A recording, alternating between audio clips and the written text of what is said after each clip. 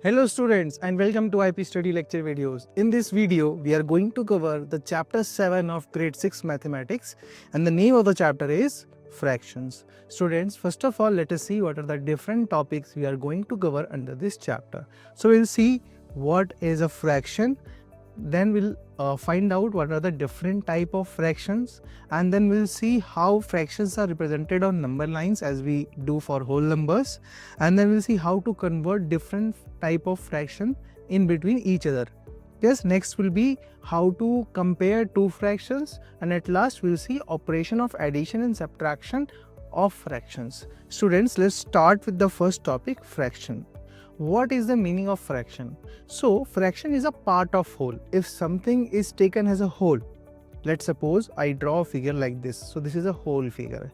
Now, if I take some of it part, that is, let's suppose this part, then this part, if I want to represent it, that how much space or how much area I have taken, then in that case, I will write it as the whole area will be divided into same equal parts as this only. So let's suppose if this whole can be divided into 6 equal parts which of same size of this. So we can write the total part is 6 and this area or this region is 1 out of those 6.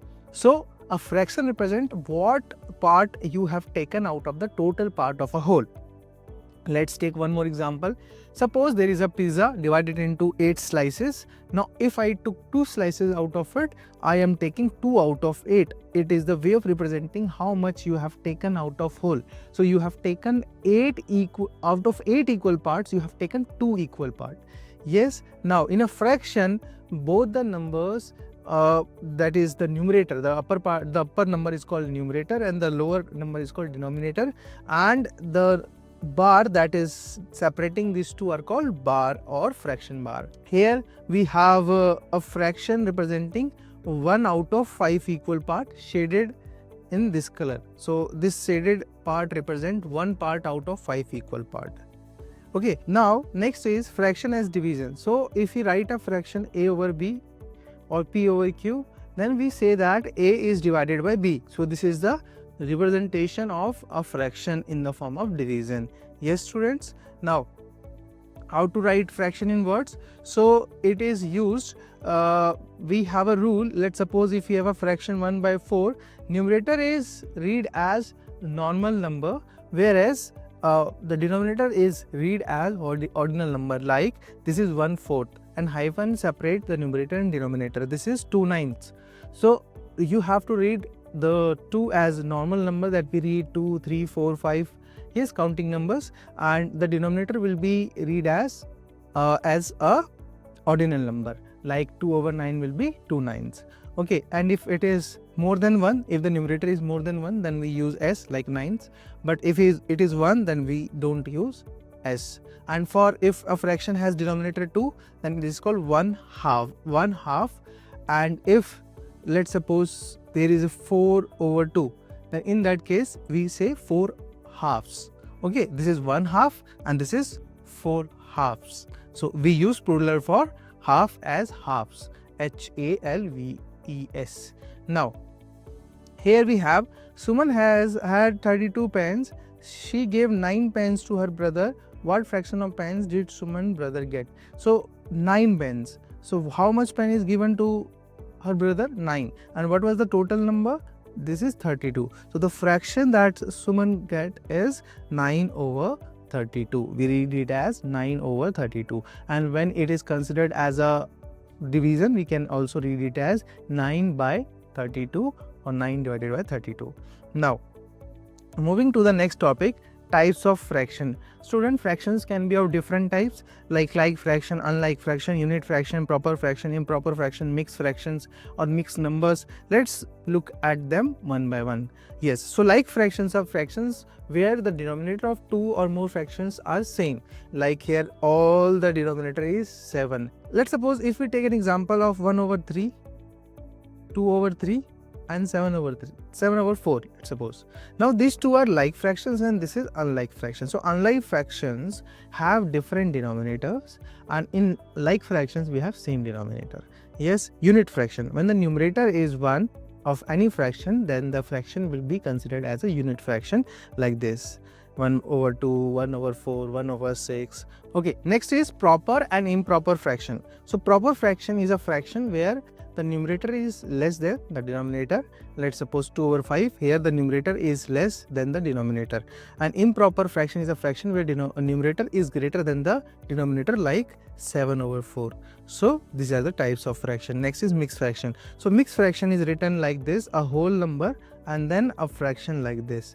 Okay, now how to find out this fraction and how improper or proper, which one can be converted to mixed fraction, we'll see in the later part. Next is representation of fraction on number lines. Students, we know how to represent counting numbers on number line by writing like this, or whole numbers like this. Now if each part can be divided into 10 equal part or 5 equal part, then we can also represent fractions. And how to represent them? Let's suppose we have to represent 3/8. Now first we have to find out between which two number does this fraction will lie. So 3/8 has a value of 0 point something. It means the two whole number that we have is 0 and the next one. So let's suppose its answer will be 0 point something. Let's suppose if we have a fraction like this, then its answer will be 1 point something. So in this case the two number will be 0 and 1, and in this case the two number will be 1 and 2. So we have to identify the two whole numbers between which the fraction will lie. So here for 3/8 we know that this will lie between 0 and 1. Now we'll divide this segment, the segment of 0 to 1, into 8 equal parts because the denominator is 8. So how many parts will be divided? It only depends on the denominator. Now starting from the first mark 1, 2, 3, the third will represent the 3/8 fraction on the number line. So this is the way how you can represent. Now conversion of fraction, how we can convert a fraction into other type. So improper fraction, where the numerator is greater than the denominator, we can convert them into mixed number or mixed fraction. Here is a process. Converting 11/9 into a mixed fraction, what you have to do is you have to divide 11 by 9. Let's suppose we get like this.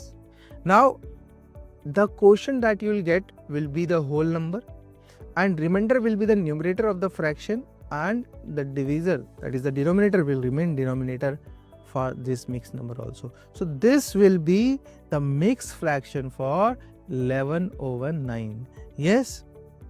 Now how to convert the vice versa, that is mixed number or mixed fraction to improper fraction. So for that you have to multiply these two, that is the whole number and the denominator, and you have to add quotient, that is the numerator that we have got, and denominator will not change. So 1 times 9 is 9, 9 plus 2 is 11. So 11/9 will be your answer. And here you can find out similarly how we can convert 4/9 as an improper fraction. Next, equivalent fractions. So fractions which represent same value or which represent same amount of part of a whole, those fractions are called equivalent fraction. For example, let's suppose if we have a rectangular strip like this, and let's suppose here it is divided into two equal parts and this one is shaded, and here it is divided into 4 equal parts and we shade 2 parts out of each, and the length of the both strip is same and the amount of area is also same, then these to represent the same value or same quantity of a whole, but the fraction here is 1/2 and here is 2/4. Now we can see that if any two fractions represent the same value, then those two or more the fraction that we have is called equivalent fractions.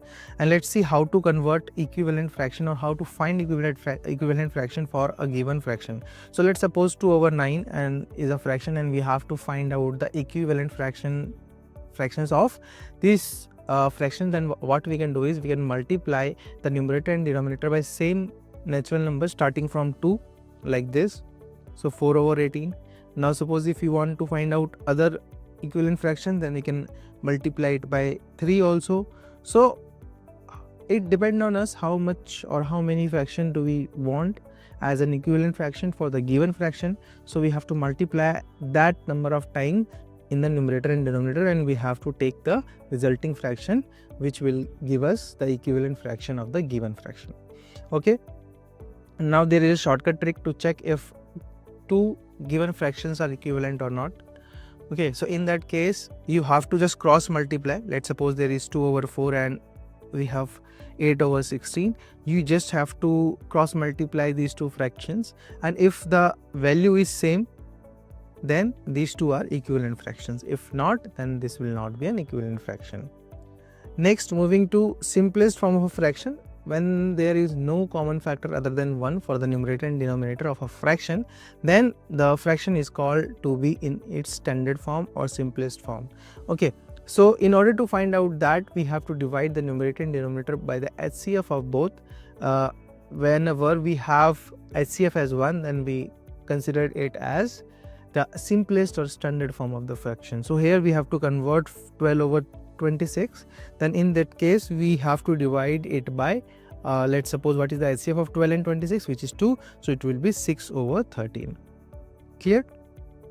Now next is comparing fraction. So comparing fraction is quite similar to comparing whole numbers, but here we make sure that the denominator should be equal.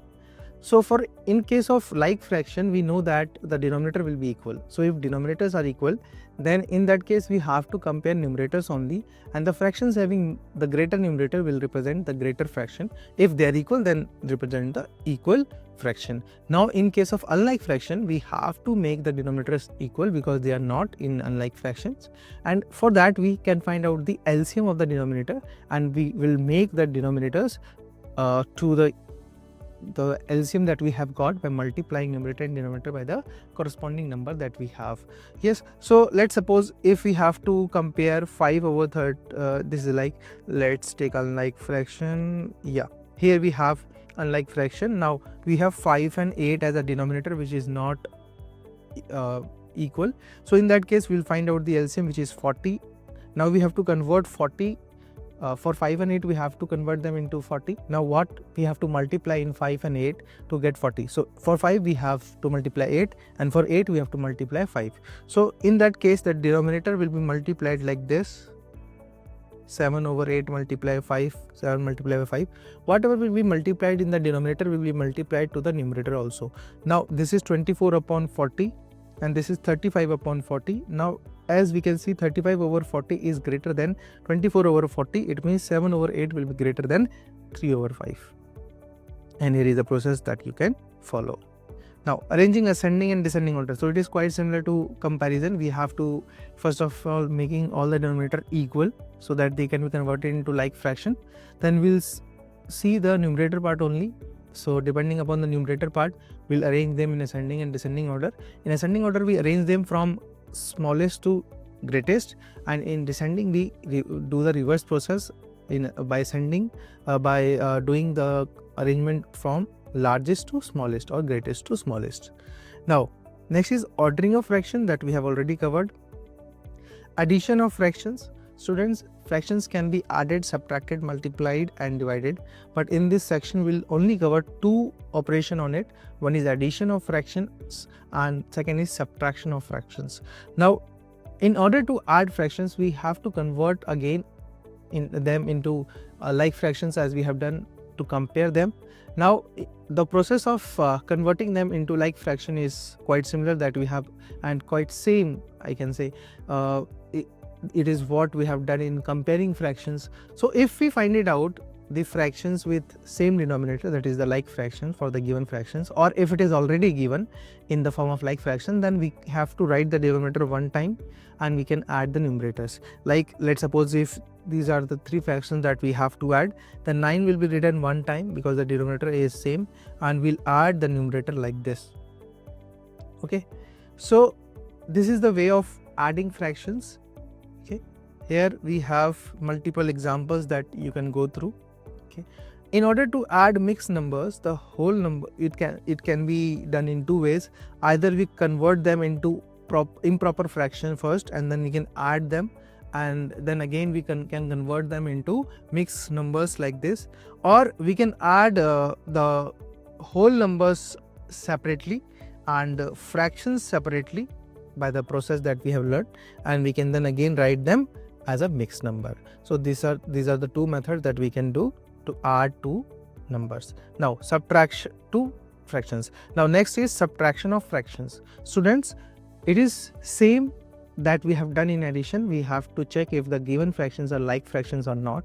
If not, we have to convert them by the process that we have learned by finding out the LCM of the denominators, and then if the denominator becomes equal, then we have to subtract the numerators only. So here let's suppose if we have 1 over 8 and we have to subtract from 2 over 9, so it will be written like this. Now the LCM of 9 and 8 is 72, so we have to convert 9 and 8 to 72 by multiplying by a number which will make them 72. So it will be multiplied with 8 and it will be multiplied with 8. Here it will be multiplied by 9 and here it will be multiplied by 9. Here it will become 16 over 72 and here it will become 9 over 72. So it will give us 7 upon 72. So it is quite similar or quite the same process that we have done for adding two fractions. Now students, this is all from this video. I hope you have liked the video and understood all the concept like fractions, like and unlike fractions, representing fractions on number lines, equivalent fractions, standard form of a fraction, comparing fraction, arranging in ascending and descending order, or operations on fractions like addition and subtraction, and all the concept I share to you. I hope you have enjoyed the sessions and we'll meet in the next session. Till then, keep practicing, keep learning.